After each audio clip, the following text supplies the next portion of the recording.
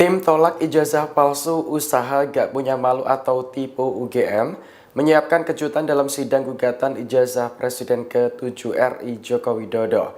Sidang akan digelar di Pengadilan Negeri Solo pada Senin hari ini pukul 10 pagi dengan agenda pembacaan gugatan oleh pihak penggugat yakni tipu UGM. Perwakilan tim tipu UGM M. Taufik menyebut pihaknya bakal mendatangkan pihak ketiga dalam sidang hari ini. Sosoknya bukan berasal dari lulusan SMA Negeri 6 Solo, melainkan lembaga negara.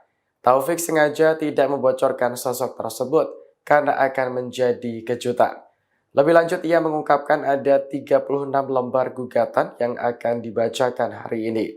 Menurut Taufik, ini bukan sekedar masalah ijazah Jokowi asli atau palsu. Ada banyak poin yang juga penting untuk diketahui oleh masyarakat. Oleh karena itu, ia meminta KPU membuka semua data tentang pendaftaran Jokowi saat mengikuti pemilu. Terkait gugatannya terhadap SMA Negeri 6 Solo dan UGM, Taufik menyebutkan nantinya pihak tergugat diminta menunjukkan apakah ijazah yang dipegang Jokowi sama dengan ijazah yang dikeluarkan pada tahun kelulusan. Download Tribun X sekarang, menghadirkan lokal menjadi Indonesia.